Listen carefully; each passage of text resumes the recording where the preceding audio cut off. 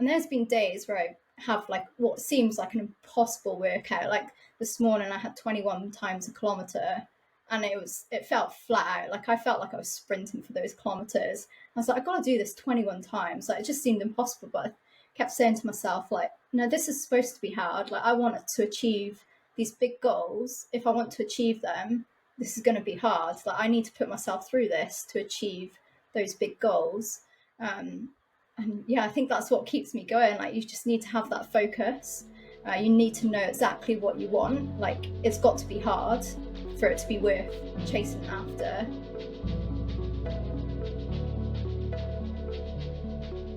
What's up, everybody? Welcome back to ALLSMITH, where we forge mental, physical, and emotional resilience through the pursuit of excellence. Today, I'm really excited to introduce a powerhouse, Natasha Wilson, formerly Wales' fastest female marathoner and a relentless force in the world of endurance sports. Natasha, welcome to the show. Thank you. Thank you so much for having me. We've been trying to powwow for a little bit, and I'm very excited to understand your story. The overcoming of resilience and being an Olympian is very difficult, not to mention just the duration and the endurance factor of a marathon. And I'm very excited to kind of peel back the layers as far as your story, but also giving advice and a few nuggets to our audience and people listening that maybe weekend warriors are trying to get into marathon running. Yeah, no, sounds good. I hope that I can relate to a lot of people as well, because I just see myself as a normal person. I mean, it's only recently that I've turned full-time athlete. So yeah, very relatable to most people running marathons who also have to work. Yeah, for sure. And it's not easy, right? Like people see sometimes the numbers and they just assume the famous three words must be nice. But in reality, the amount of grit and sacrifice and resilience that goes into that, it's not easy. I mean, sometimes you're doing your longer runs at 10 p.m. at night. Sometimes you're doing it at 3 o'clock in the morning. You got to fit it in where you can, when you can, how you can. Where does that level of resilience kind of come from, and that internal grit that you have to become the best that you're capable of becoming in the midst of life challenges? Yeah, I think growing up, like being around my parents, they're always hard workers. Like my dad had his own businesses, and it seemed like whatever was thrown his way, however bad the business was going, he'd just keep on going. So I think it's always Mm-hmm. like come from that in the background, like from a very young age. And then obviously I went into sport, and you have to be resilient to achieve any big goals that are worth having. Like you are going to have things thrown your way that are going to get in the way, throw you off the path. You just got to keep going. Like giving up isn't an option, no matter what is thrown in your path. Totally. That idea of keep going, it's so cliche to talk about on a podcast. It's easy to read it in a self-help book. But Natasha, it's so hard. Sometimes it's hard to show up. Sometimes, you're looking at the odds and the hill that you have to pursue. And I think sometimes we just have to like pause for a second in the midst of all of the chaos, uncertainty, volatility, injury, negative thoughts that creep in, and just say, you know what? If I keep going, it's going to unlock an amazing story. I may not get to the outcome that I want. I may not get the time. I may not get the money, the sponsors. The outcome may be out of my control. But right here, right now, the page that I'm writing, it's not about the last page. It's not about the next page. It's this page. I'm going to make it a masterpiece.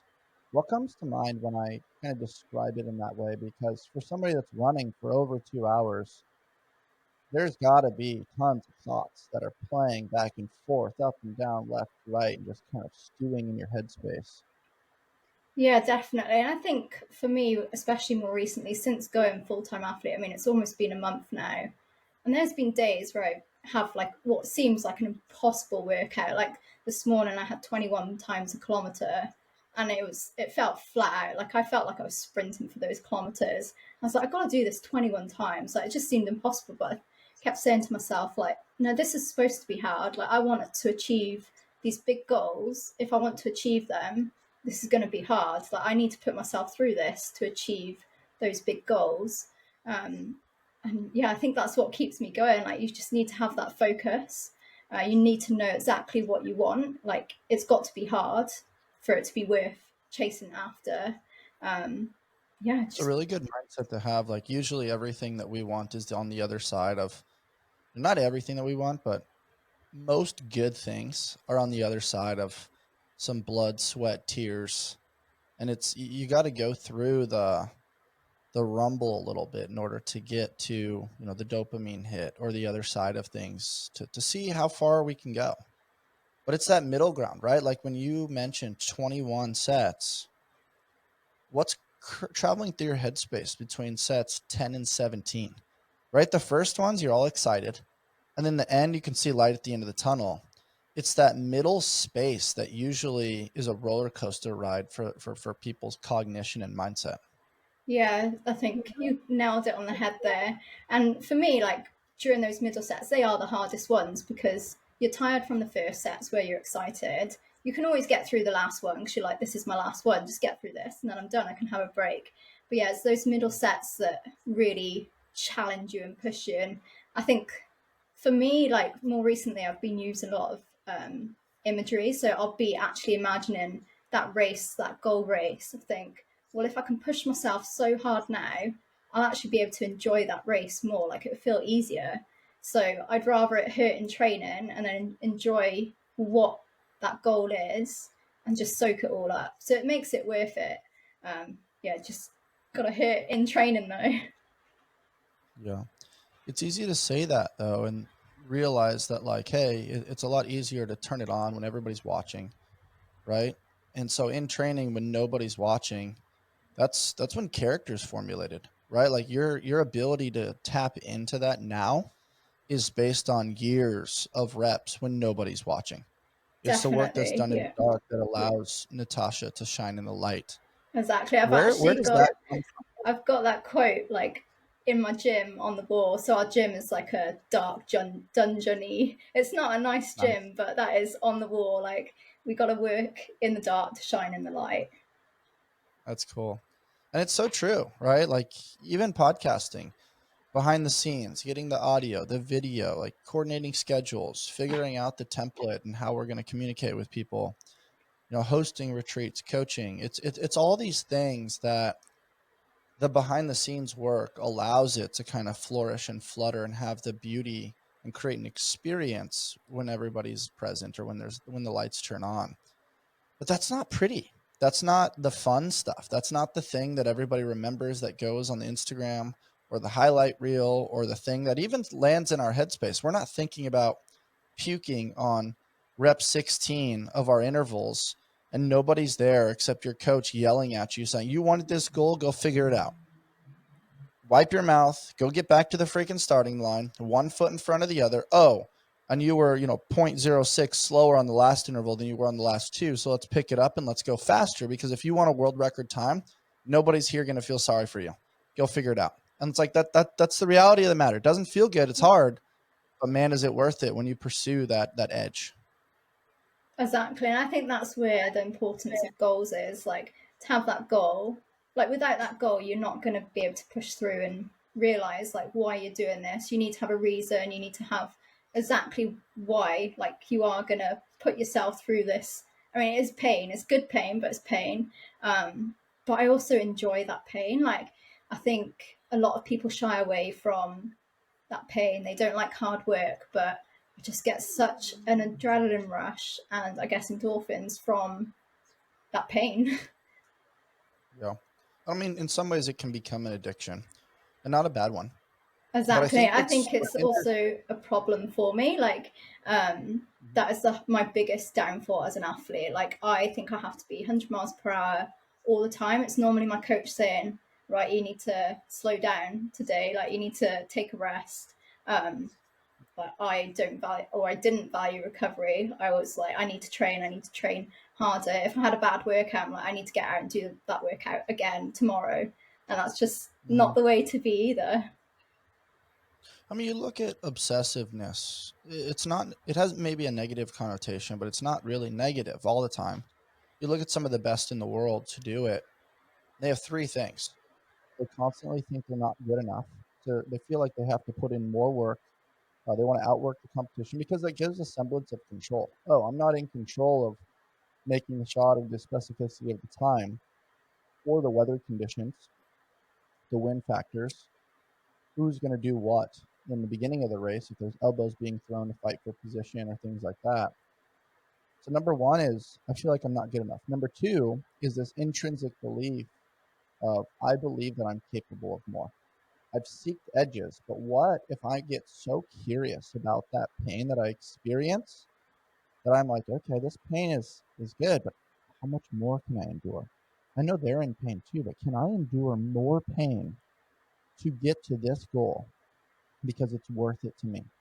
And if I just push a little bit longer, a little bit faster, it's kind of like that rubber band effect. Like you start to stretch that rubber band as far as the edges, not just physically, but mentally. Can they endure that pain as they're pushing against the buds of their heels and keep going and keep going? And the last one is the impulse control.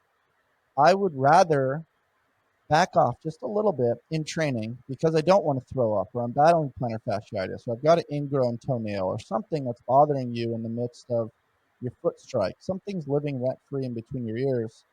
Can you play with imagery, like you mentioned, distraction, and things that will allow you to go all gas, no brakes in the pursuit of impulse control and getting those reps and sets in the dark so you can shine in the light? And that recipe right there, I don't feel like I'm good enough. I believe I'm capable of more. I have the impulse control as to when and where and how. I believe in myself and get in the reps and the sets to do the work so that I can flex that muscle and get that time when the lights are shining. Yeah, exactly. I think that's the importance of having role models and guidance. I I mean, I was a sucker to believe or not believing that I was good enough, and I think I was always wanting more, not just in running. I think that's why I was working, like I was working long hours, I was running. Realistically, you can't be the top of anything, like whether it's work or a career outside, rather whether it's running or sport or a career outside of sport. You can't be at the top in more than one thing. I don't think. I felt like I was Mm, good at both, but I couldn't achieve like where I wanted to be in running if I wasn't to give up the other. I was just always pushing mhm, in absolutely everything. So I felt like I wasn't good enough. I wasn't good enough to be able to be a professional athlete. I didn't feel like I warranted that title. It wasn't until more recently where I was like, okay, I've achieved like Olympic standards, world standards, whilst working full time. So what could I do if I actually put my full focus into running? Because mhm. after a full day of work, you're not going to be able to give a big marathon workout 100% because you've only got 50% left in the tank. No, it's very well said. I definitely want to put that thought on the bookshelf for a second because I want to revisit it here shortly. Because you've mentioned a few times now becoming a full-time athlete, stepping away from your career in order to put all your eggs in one basket. So your time, your attention, your energy are focused on this one thing and not spread thin across multiple facets of life. Before we get there, I want to touch on a quote that comes to mind when I think about you. And that is people see the wins, they see the times, but they don't see the thousands of miles that you're putting in. They don't see the early mornings, the late nights, and their sacrifices behind the wins. What comes to mind there? Because you're the woman in the arena. You're the one putting in the reps, the sets, the sacrifices to not go do the thing that maybe satisfies a societal norm to get the miles in and get the intervals in when nobody's watching. We've touched on this theme a little bit today, but like it's something different when you hear it from the woman in the arena. Yeah, I mean, I feel like that's been the definition of a lot of the past few years of just, yeah, doing a lot behind the scenes that people just don't realize they don't know. I mean, the amount of people that say, oh, you're so lucky you've got a sponsorship deal, you're so lucky you've ran at this race and you've performed and got on this podium. And I just think, is it really luck? Like, I don't fully believe in luck. Like, I worked hard to get myself there and I value that. A part of me also, I don't mean this in a religious sense, but I mean this in like a spiritual sense. I think luck favors the bold. And so if people want to call it luck, fine. But in order to be at the right place at the right time and have space for that return on investment or that karma factory, I truly believe that you need to keep doing the right thing again and again and again when nobody's watching. And then if you stay ready, you don't have to get ready. You're able to receive that version of luck, being at the right place at the right time. But without all this upfront work, you don't really position yourself over here to even be a recipient for that level of luck. Yeah, exactly. I think you make your own luck. Like you have to be in the right place at the right time, but to be in that place at the right time, like you have got to have done all this stuff in the background to get yourself in that place to make your luck, I guess. Mm-hmm. There's been times in the past where I've been curious around why do high performers not feel good enough? And so I think about like, what's the root cause of that? Is it we're learning to walk or crawl as kids and mom and dad are trying to get us to go a little bit further, a little bit further. And we keep falling. We keep falling. And as kids, we never really think like, you know what, maybe this walking thing isn't for me. Like I'm just going to throw in the cards and I'm going to go over here and, play with this other thing. We're like, no, we're going to freaking get this. And so I'm curious around like, because running a marathon isn't just about like the legs. You can have the strongest legs in the world. You can have the fastest legs in the world, but you could still get stress fractures. You can still allow your mind to cripple you. I mean, 2 hours is a long time for these penetrating thoughts. 2 hours and change, I should say. And it's just like, I think that marathon running is really more about the mind. The body follows where the mind is willing to go. Absolutely. Yeah. I believe marathon running is 90% mental and only 10% physical. And yeah, like people forget that. I think there's such a big focus on like the training, but actually, doing the training, getting the miles in, you are working your mind as well when you're out there, especially if it's like 2 a.m. in the morning, you're out there for a 20-mile run, it's dark, it's lonely, there's not a lot going on. So you are going to have thoughts enter your head like, why am I doing this? This is hard. And you are practicing that mental side of it without even realizing. Yeah.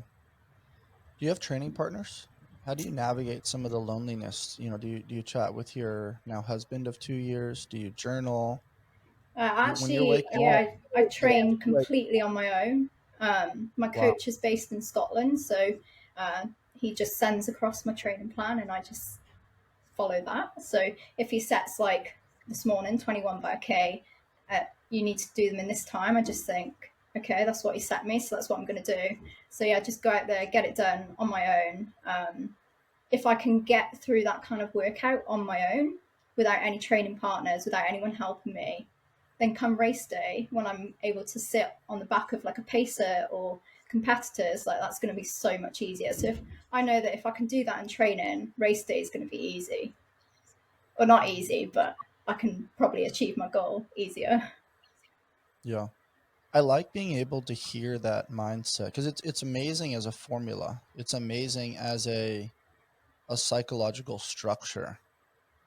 But the actual execution of that, the actionables on the day to day, you wake up and you're going to the track and you're just like looking at the thing that your coach sent you.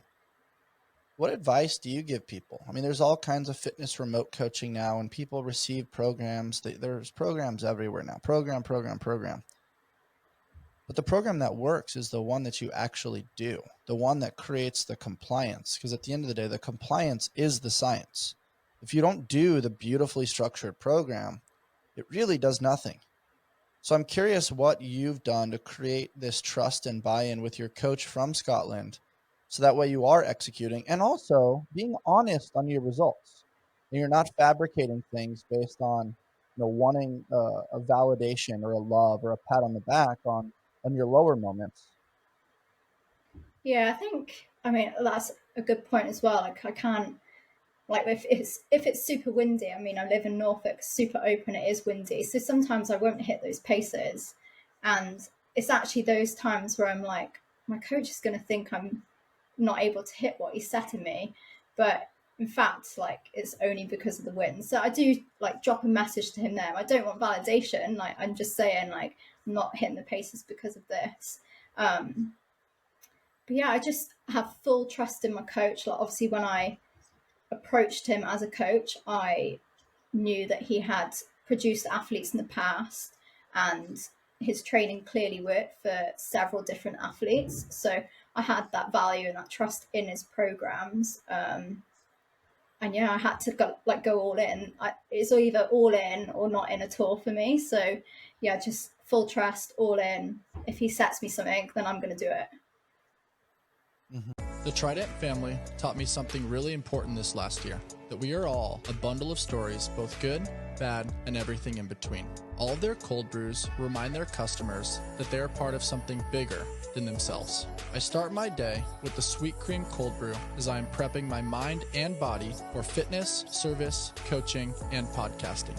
With various locations in San Diego, they offer over 14 nitro cold brews and a variety of specialty drinks. You can find the perfect brew and pair it with one of their treats from the Keto Bakery. You can check them out over at tridentcoffee.com and use code ALLSMITH to take your coffee experience to the next level. How much space does he create to allow for your feedback? Because I do believe that both parties have to be enrolled in the process, and there is a belief and a trust that you have in him where you surrender and you create that space for him. But there's also needs to be a feedback loop of you providing that insight because you're the one doing the work. Yeah, so we don't actually talk that much. The most we talk is actually when things aren't going well. Our communication drastically increases to try and get to the bottom of why things aren't going well, or if I've got injured because we need to change things about, or perhaps if things are going so well and I just think, okay, we need to make a few changes here, like this is too easy. So if things are going smoothly, we don't actually communicate all that much because we don't need to change anything. We don't need that feedback. He can see my times, I can see the program. That's all I need. But yeah, so when it's not going smooth, that's when we have to communicate and have that feedback loop and just be honest. Like, honesty is what's going to make that program good for you. Mm-hmm. Humans are so malleable, meaning every day they're not the same.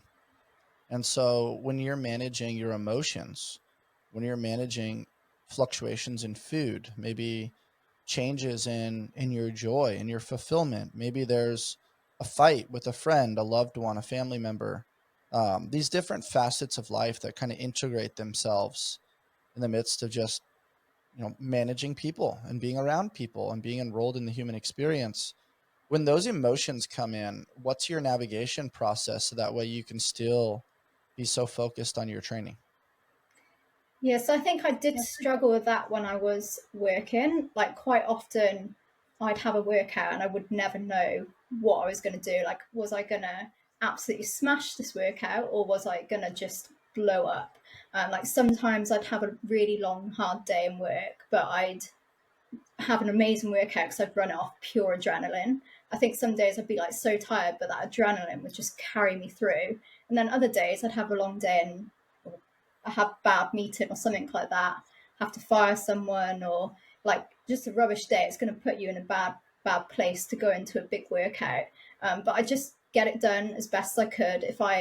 If it didn't go to plan, then I'd let my coach know, like, well, it didn't go to plan, but this is what my day looked like beforehand. So although I'm not like validating that it didn't go very well, I'm just giving him a heads up, like, this is probably why I wasn't able to hit the paces today. So just move on and focus on the next one rather than dwell on that bad workout. So I think that's the other thing. Like, you need to focus on the positives, learn from the negatives, but focus on the positives. I appreciate you sharing that. What does that feedback loop look like? When is it the right time for coaches to provide tough love and kind of get on you a little bit versus zooming out and kind of giving you that space? I think it depends on like the coach athlete relationship. I like my coach to say it as it is when it is. So like, if he sees something in my training that isn't right, it might be tough to tell me, but like, I want to know there and then, like, just give me a message. I'd rather know, like, that's the only way and the best way to move forward, and I want to move forward as fast as possible. So yeah, the quicker that he can do that, then the better, and vice versa. Like, sometimes he'll set me something that I don't necessarily think's right, so I'm gonna feed that back to him as soon as I can as well.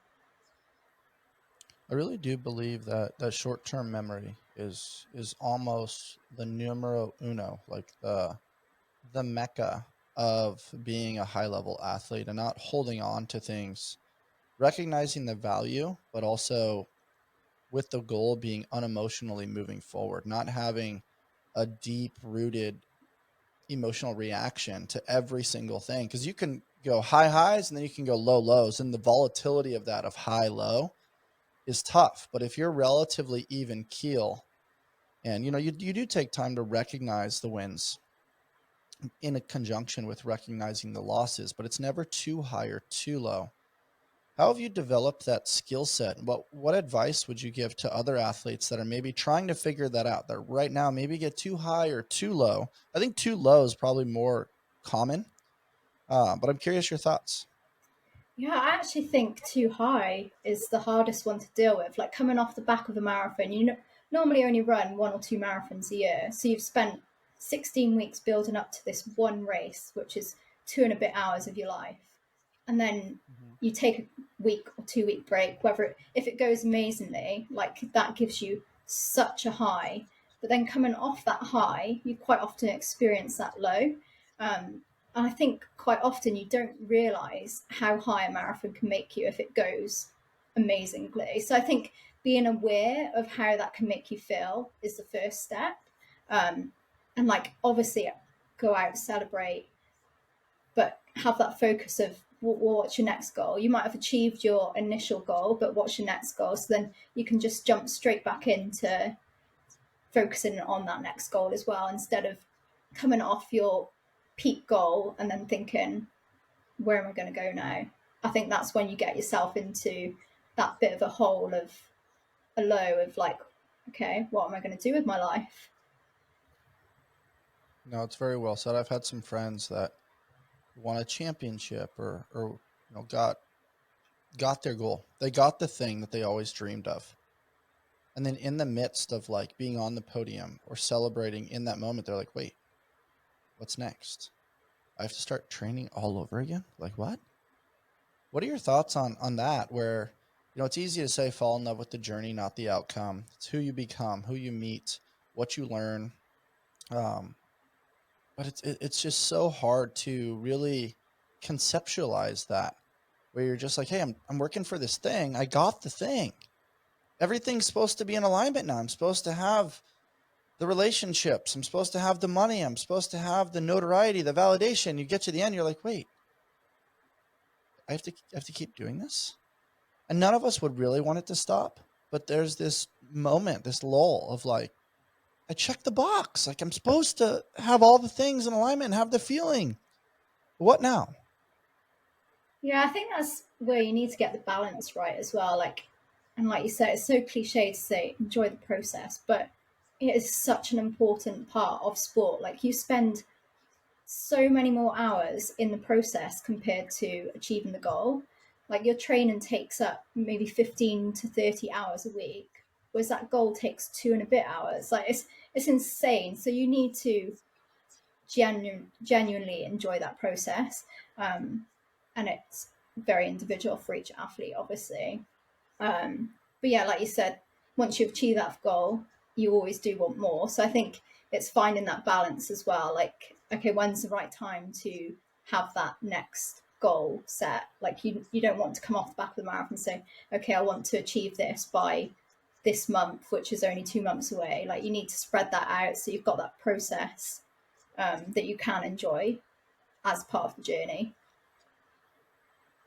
Yeah. I think it's also just relinquishing our control on expectations, because as humans, we do this thing where it's like, oh, like I have this dream. And then when you satisfy the dream just moves forward. Like we just keep playing this game of like more, more, more, more, more, more, more. Where we overconsume, we overindulge, we want just more all the time, bigger, better, faster, stronger. cool, that works, until it doesn't work anymore. And what's coming to mind is it's like this concept of full effort, full victory, in the sense of like it's not really about the outcome being a place, because that entails things that are outside of your control. It entails this concept of pain is forever, but it's like crossing that finish line when you really know you gave everything. That's something that like you can carry with you into every aspect of life, because you're going to experience pain no matter what. You're either in it, just left it, or you're approaching it. Just depends the type of pain. You want the pain of regret, knowing that like, hey, I trained these last 16 weeks in pursuit of this thing and I held back a little bit because I was scared. Or you want the pain of, I felt the pain, I just got curious about it and I kept going. And in some cases that leads to injury, in some cases that leads to the win, in some cases you're just not good enough to get the win. But I think knowing that you gave everything, that's something that really must be felt. And you can take that life lesson into everything that you do and experience moving forward. Yeah, I think that's something that a lot of athletes probably experience, but a lot of people haven't been able to experience that, which makes me really sad actually. Like, it's such a good feeling to know that you've put absolutely everything into achieving this one thing. Like, if some people can't do that for any aspect of their life, like, yeah, I think that's really sad. Yeah, I mean, it's a skill too, right? Like to position yourself to become the best that you're capable of becoming, and having the peace of mind knowing that you did that. And not everybody creates, I'm not going to say has, I'm going to say creates the luxury to be a full-time athlete or a full-time person just in their career. Usually people are spread pretty thin. They're a parent, they're, Yeah. working in their career. They're trying to fit in movements on the weekends or in and around their work schedule. They're trying to fill all these different boxes, and they're trying to make all of them a 7 or 8 out of 10. But inevitably we, fall victim to the rat race. We get stuck in, trying our best to master the mundane, but it really doesn't feel good. It becomes monotonous and just cyclical. And I think if you can really lean towards understanding that when you give your best effort in all the things that you do, you can rest easy at night knowing that, you know what, I simply gave my absolute best in every category of life, and that gives me eternal peace.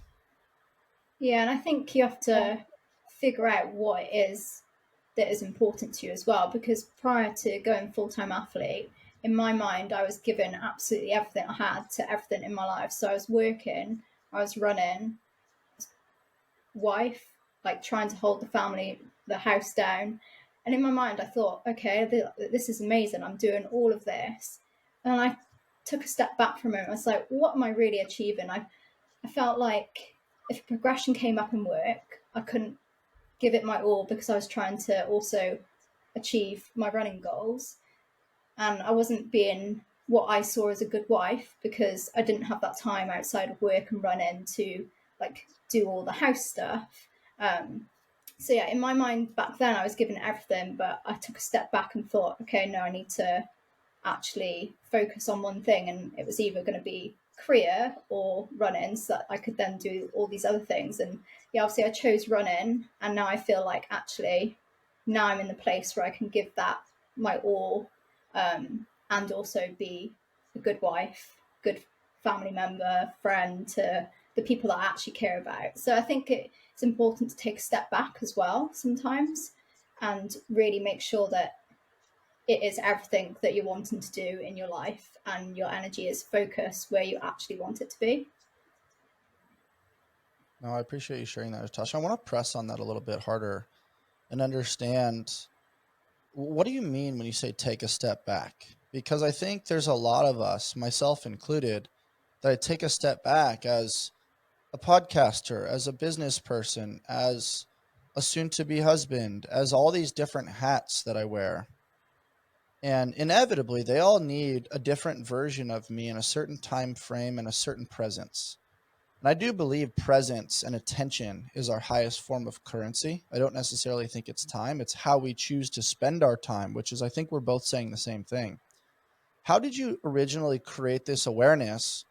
And then how did you kind of start to carve out the different facets of your life and ask for help? So that way you could be fully present on your runs. Now you're making you and your career in this lane the priority. But then you're obviously going to need help in the home. You're going to need help with certain things. I know sponsors play a role in that. Your husband plays a role in that. There's lots of different facets and ways to ask for help and different recipes to this question. But I'm curious, you zoomed out. How was that awareness created? And then what were the next actionables that you took to make running a bigger priority in your life to pursue the Olympics? Yeah, so I think for a long time I was surviving rather than thriving. And I don't want to just be surviving through like day in, day out surviving. I want to be thriving, maybe not in everything because I don't think you can. And I wanted to be thriving in at least one or two things rather than surviving in several things. And I think it actually took a few specific events for me to actually be forced to take a step back. So obviously last year I had the Olympic standard, and a few weeks out of my final marathon race, which I was hoping that would qualify me for the Olympics, I got injured. So I sat the whole year out, got back to training. All through this time I was like quite career focused because I couldn't run. And then I got back running. So I had this career focus, but I also got back running. So I was trying to balance the two at the best level I could. Started to get back into racing. I remember there was one race I flew out to Belfast, which is only a couple of hours. It's about an hour flight, but I drove to Bristol, which is 5 hours to get the flight. I woke up at 5 a.m. on the Sunday, raced Belfast half marathon, and I missed my flight home because of drugs testing. So I had to get the next flight after, which didn't get me into Bristol until about 2 a.m. in the morning on the Monday. Then had to drive 5 hours back home to then start work at 9 o'clock. So I missed my morning training run because I had to get out of the car to go straight to work. Then worked from like 9 till 5:30.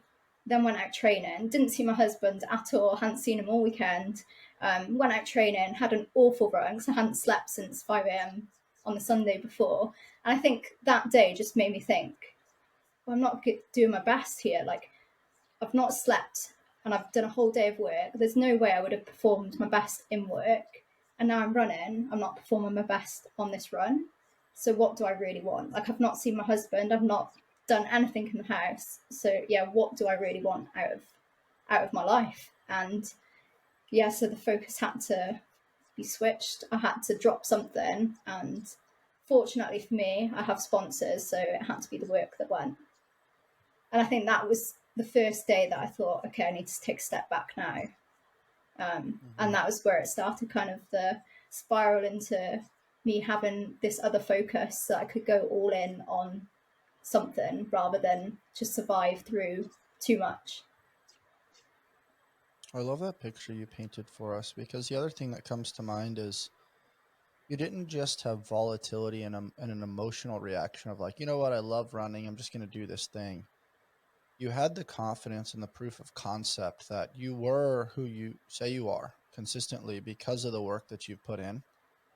And it's the greatest form of self-love is making the hard decisions to be like, you know what, I am a high performer, I am career oriented, and I want to give my best effort in everything that I do. But if I'm not sleeping, I'm not good for anybody, including myself, which is most important because your husband wants the best version of you. Your runs want the best version of you. Your current, your past, and your future want the best version of you. And I think a lot of our life, we're thinking about, hey, what can we get? How do we get more? How do we pursue the thing? But maybe it's more important not who we are, but who we are not. Maybe it's more important not what we get, but what we give or what we let go of. And it changes the dynamic. I call it playful perspective architecture. And the best way to learn that is through enduring and experiential things like this. We see it a lot with Sauna on Ice. We see it with running. We see it with some of these ultra runs that people are partaking in, the 50s and the 100 milers. And I really appreciate you sharing that, because it's not easy to let go of something. You're like, oh my gosh, am I still supporting the household? Am I putting all my eggs in one basket? What happens if I get injured or sponsor's going to drop me? But those questions still exist, even if you pick the traditionally safe route. It's like, oh, if I do that, I'm not going to be running. I'm not going to be fulfilling my potential. And I'm only this age once. And so there's all these questions and ruminating thoughts that come in.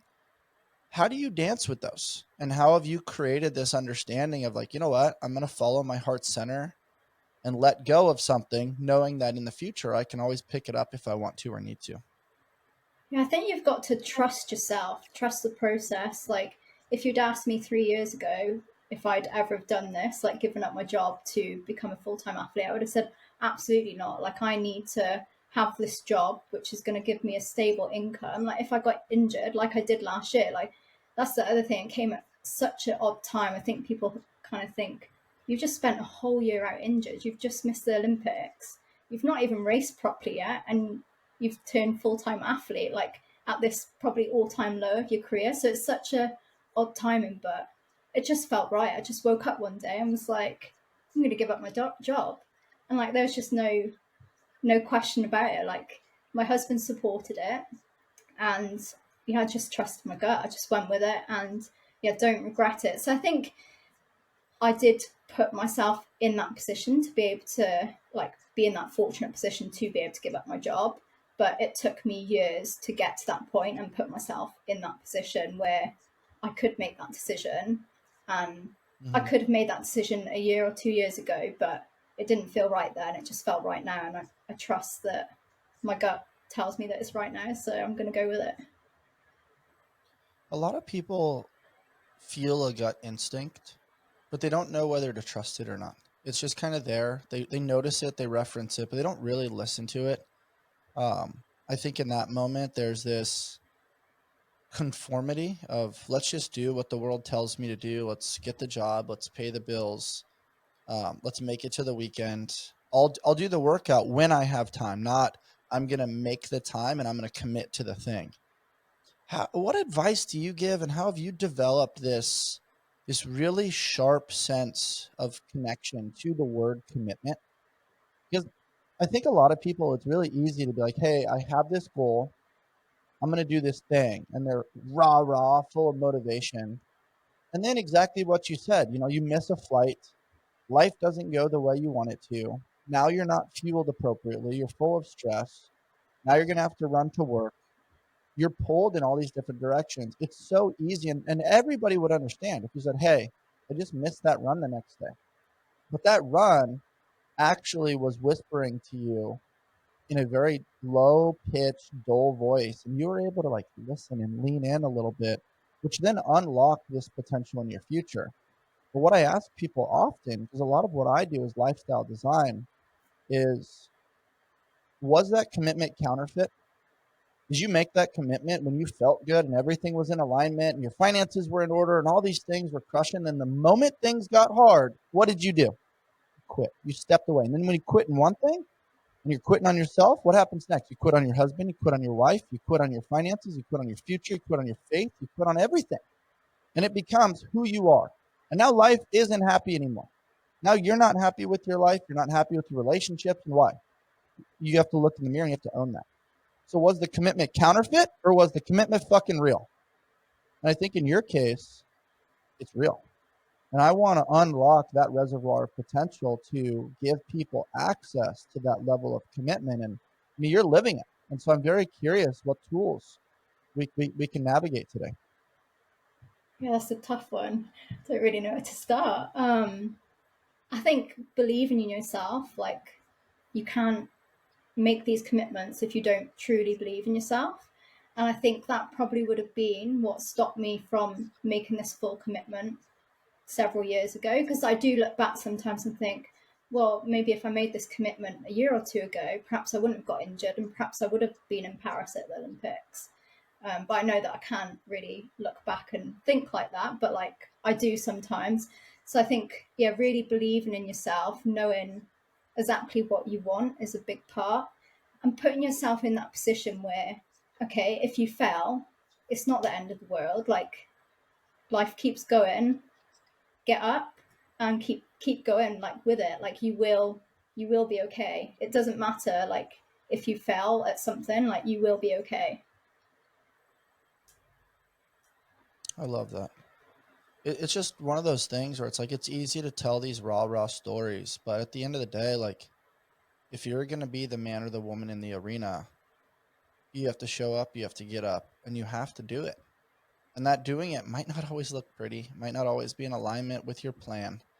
It might not be pretty on the bank account, but who you become, what you learn, the relationships you make, and your ability to listen to your internal whisper, man, that's so cool. Like, that's living to me. That's thriving. That's not just surviving. It's not just about, getting the time or winning the thing and the outcome that everybody obsesses over. It's like, you're trying to get to know you.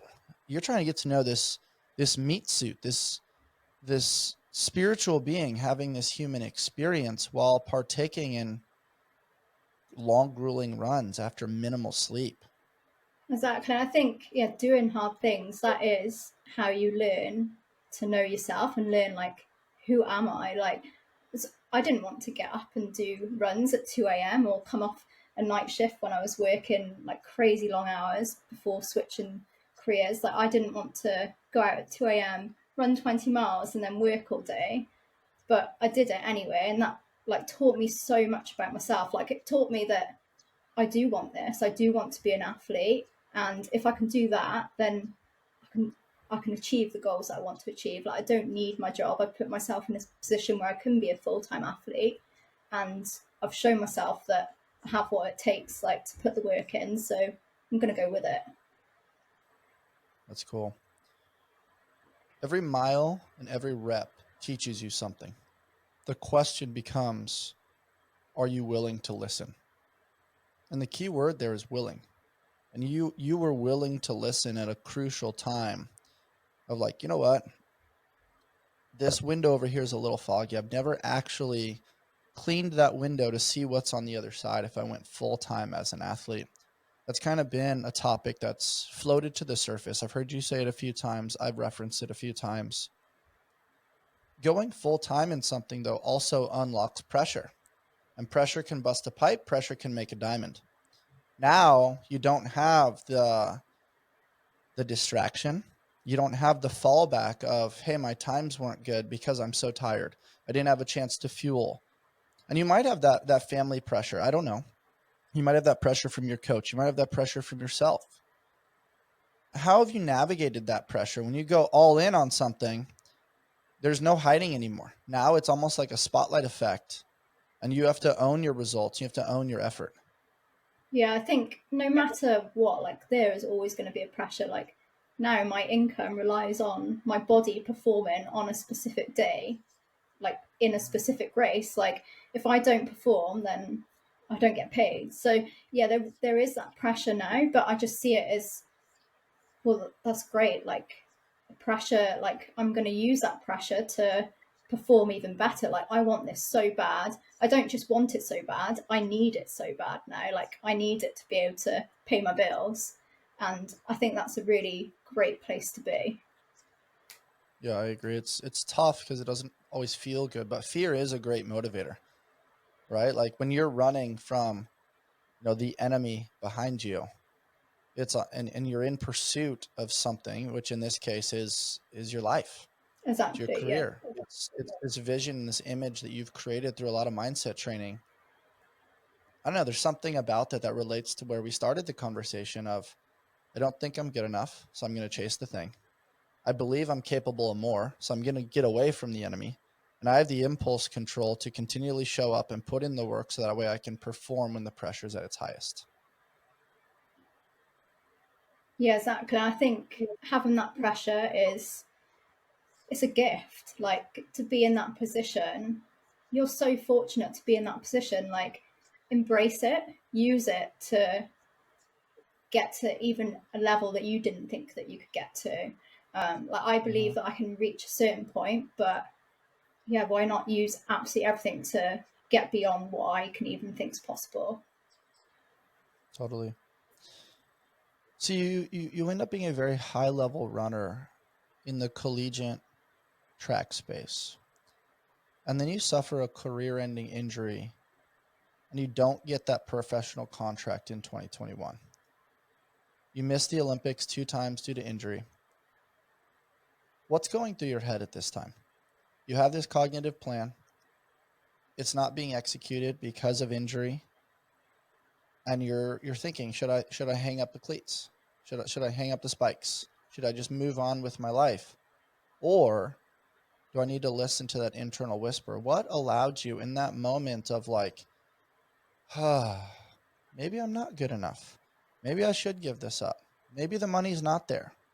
What allowed you to keep persisting when everybody would have understood when you're like, you know what, I'm done? Yes. Free is the way to be. Life beats us up a bit and causes some bumps and bruises, but that doesn't mean we have to stay on the sidelines. This is why we've partnered with Kinyan Labs. Get back to doing what you love with this incredible portable device designed to get you back in the game. Kinyan is on a mission to move people from pain to possible with their top-rated red light therapy and laser solution, which tackles inflammation along with muscle and joint pain quickly and effectively. What I love is that it's portable and rechargeable, making it easy to actually incorporate into my everyday life consistently. It's small and lightweight, so you can throw it in your gym bag or work bag, or even an overnighter. Kinyan's lasers and LED combo make this cutting-edge device extremely versatile for use with general aches and pains, as well as chronic back pain, arthritis, post-surgery recovery, endometriosis, and more. This has been an amazing tool keeping my elbows and knees pain-free for pressing, pulling, and squatting in the gym. Great tools like the Move Plus give me the freedom and flexibility to continue living life on my terms without limitations. There are a lot of reasons why over 15,000 people are using this device and rating it 4.7 stars and above. Head on over to kinyan.io and use code ALLSMITH at checkout to begin your pain-free journey. So actually, after collegiate career, I did give up. I gave up for a year. I got told by the doctors I'd not run again. Like, I definitely wouldn't be racing again. So yeah, I did give up. I moved back to the UK. I worked, and I think it took me a whole year to actually rehab my knee post-surgery to even be able to like go for a jog. And by jog, I mean like 10-minute mile in. And now I'm trying to run a marathon at like 5:20 mile in. So like it took me so long to get back. I didn't want to get back. Somehow I just ended up back. I think it started by I had a dog. She was getting fat. I needed to take her for a run. So that's actually how I got back into running. I was out with her one day running, and the local running club were like, "Come join us. Like, you used to be good. You can come and run with us." So I was like, "No, I won't do this." It took months for them to persuade me to join their club. So I did finally join the club. I was just like, this feels right. Like, I'm enjoying this again.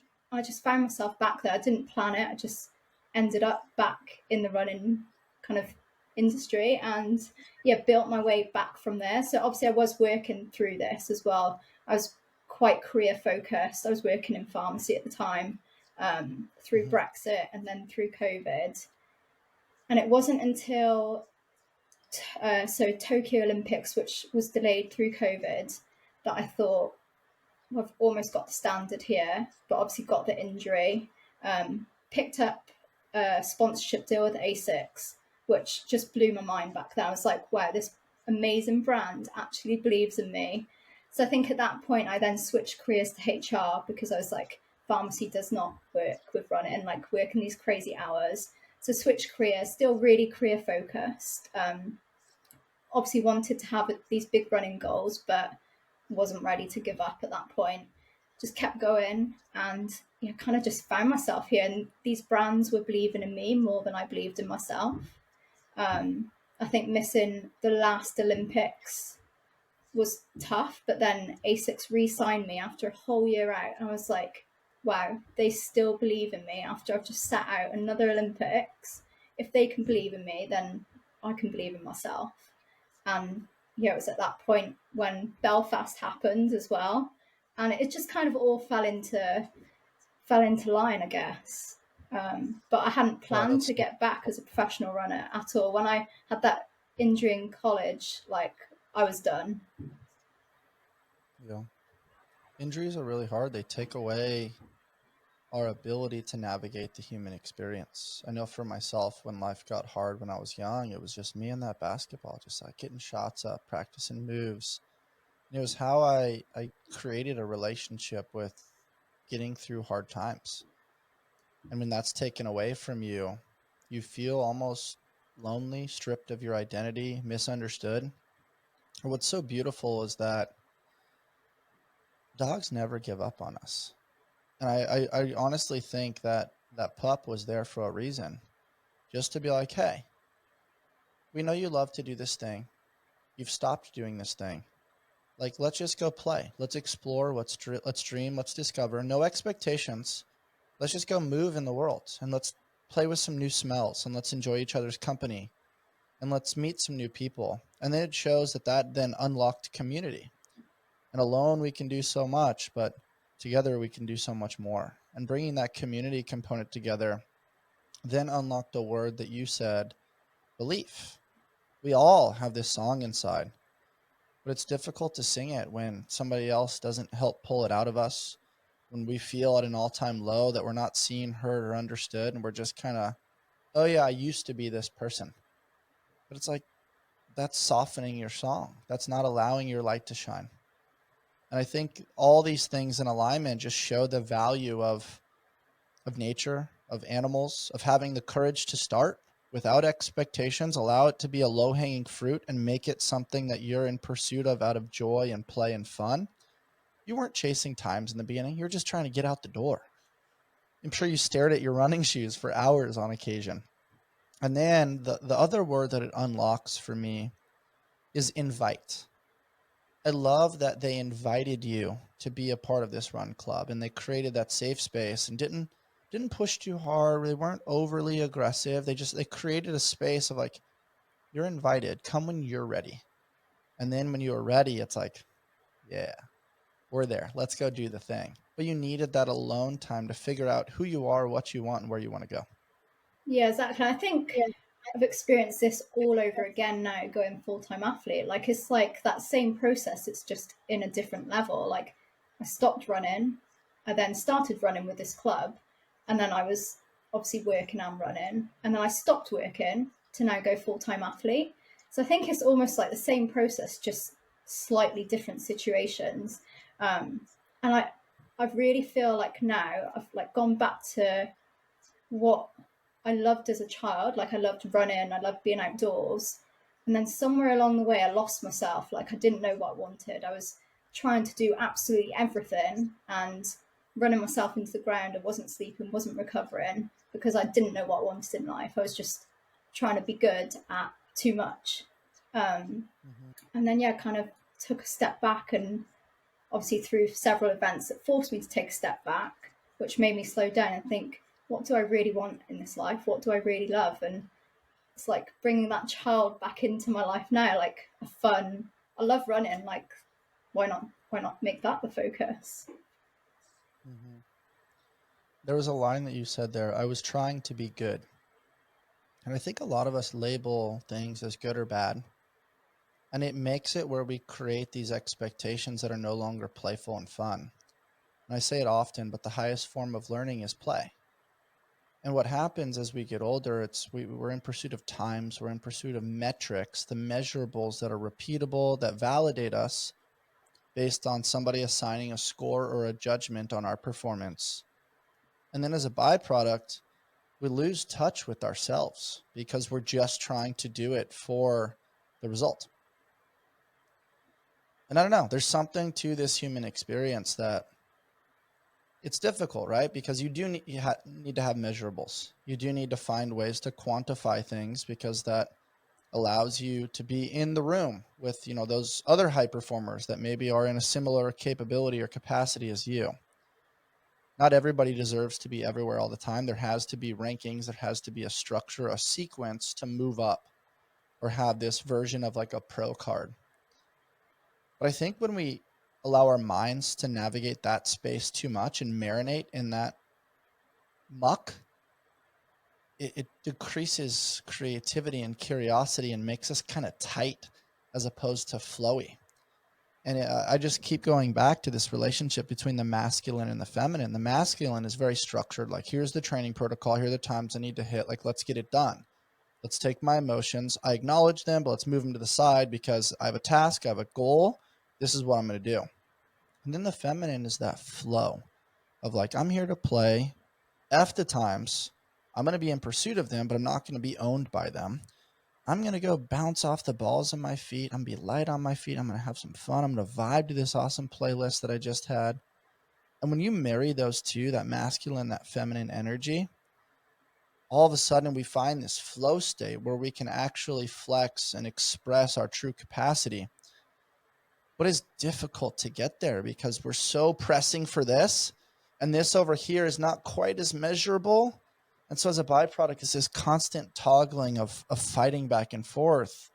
But when we can surrender more than fight and then use the fight on occasion, all of a sudden, like, we end up getting our goal without even trying to get the goal. I don't know if that makes sense. Yeah, definitely. I think whilst I maybe didn't know it, like the goal was to always be a professional athlete. Like the younger self, when I first started running at like age 10, I would have dreamed of being a professional athlete. And that got lost somewhere along the way.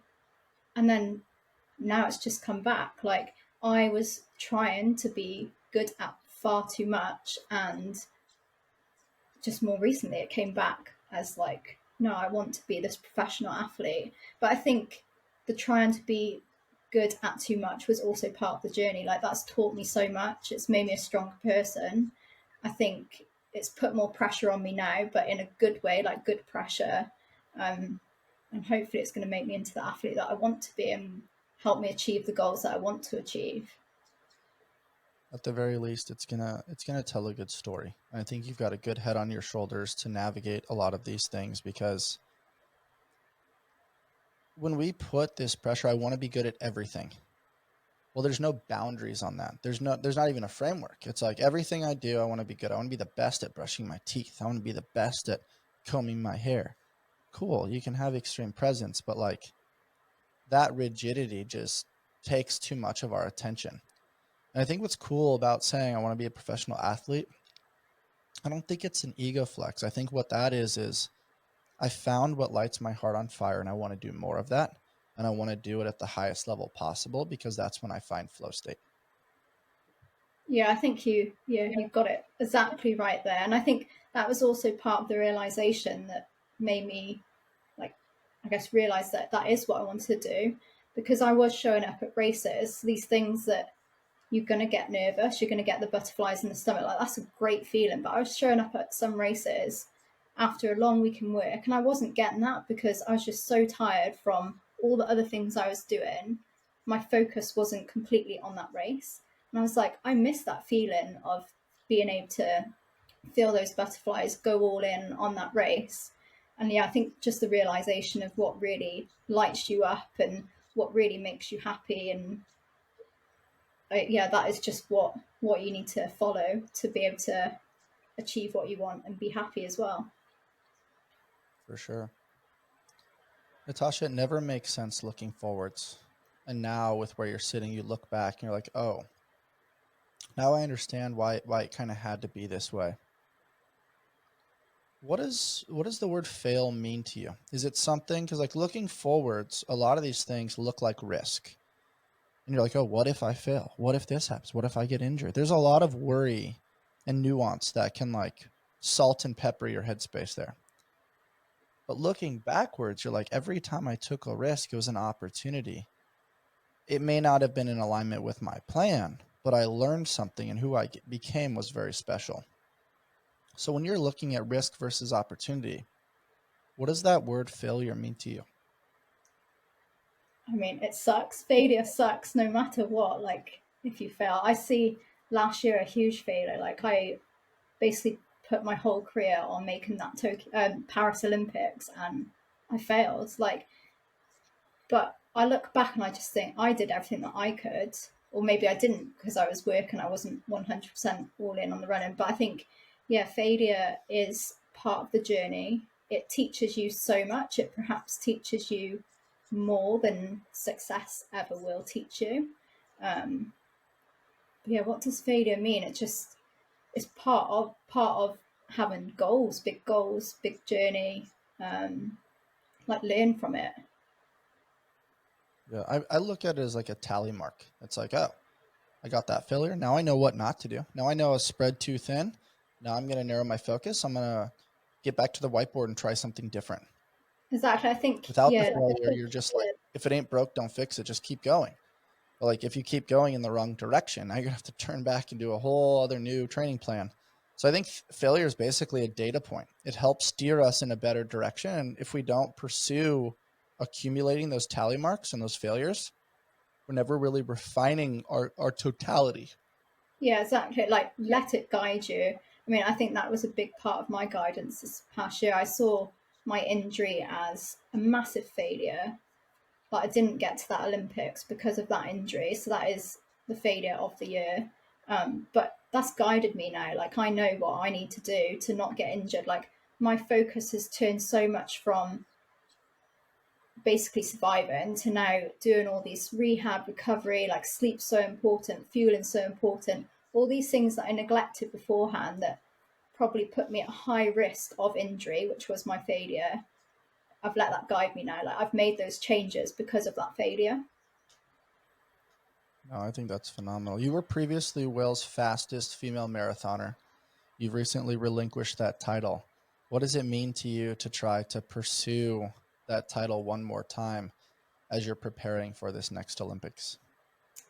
Yeah, it's definitely a title that I want to get back in my name. It's not really something that I think about though. Like I don't really like that belongs to someone else. I can't control what other athletes do. Like my full focus is on me.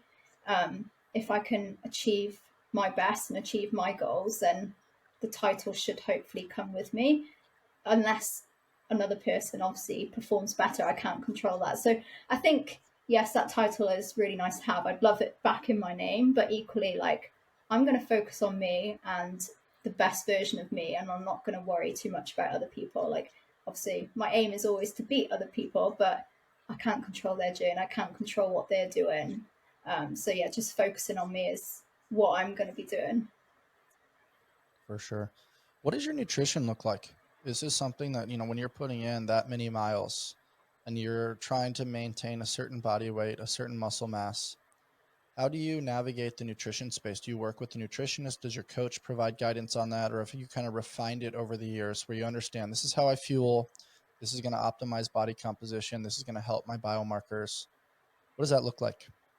So for me, I have worked with a nutritionist in the past, but now I feel like I just know my body so well. I know what works for me. I've done all the research you can imagine myself. My husband's also a powerlifter, so his nutrition focus is perhaps bigger than even a marathon athlete because it's a weight focused sport. So he has to be a certain weight for his competitions. So he knows exactly what he needs, and then we kind of just balance it out. So I need high protein, high carbs, higher carbs than he does because of powerlifting. It's just something that we've perfected between us over time, I guess. I know that if things are slightly off, like I can pick that up pretty quick. Or at least now I can, now that my focus is solely on like performance. I think when I was working and had that distraction, it was hard to pick up because you got back-to-back meetings all day. How are you going to fuel in between? Like I was reheating my lunch like 4 or 5 times before I actually ate it. So I think that was the biggest change going full-time athlete. I was able to focus on nutrition, fueling during runs as well. That was the other thing that I quite often neglected because I'd have a whole day in work and then just want to get out the door rather than preparing my fuel for the runs. And sleep is the other big one. For sure. What's hydration looked like for you? Just because that level of duration, you're probably cramping on occasion. How are you able to are you taking some salt tablets? Are you using things like Element or Relight? Yeah, electrolytes is a big one. I'm that was probably my biggest downfall. I'm terrible at hydrating, but I'm very aware of that. So it's a big focus as well, big goal to improve that. Taking on as many electrolytes during those longer runs as possible, which is quite tough to do because of doing training on my own. So I quite often park my car up and pop my bottles on my car so I can run by and pick the bottles up. Just like making adjustments like that is hopefully going to be a game changer over the next few months.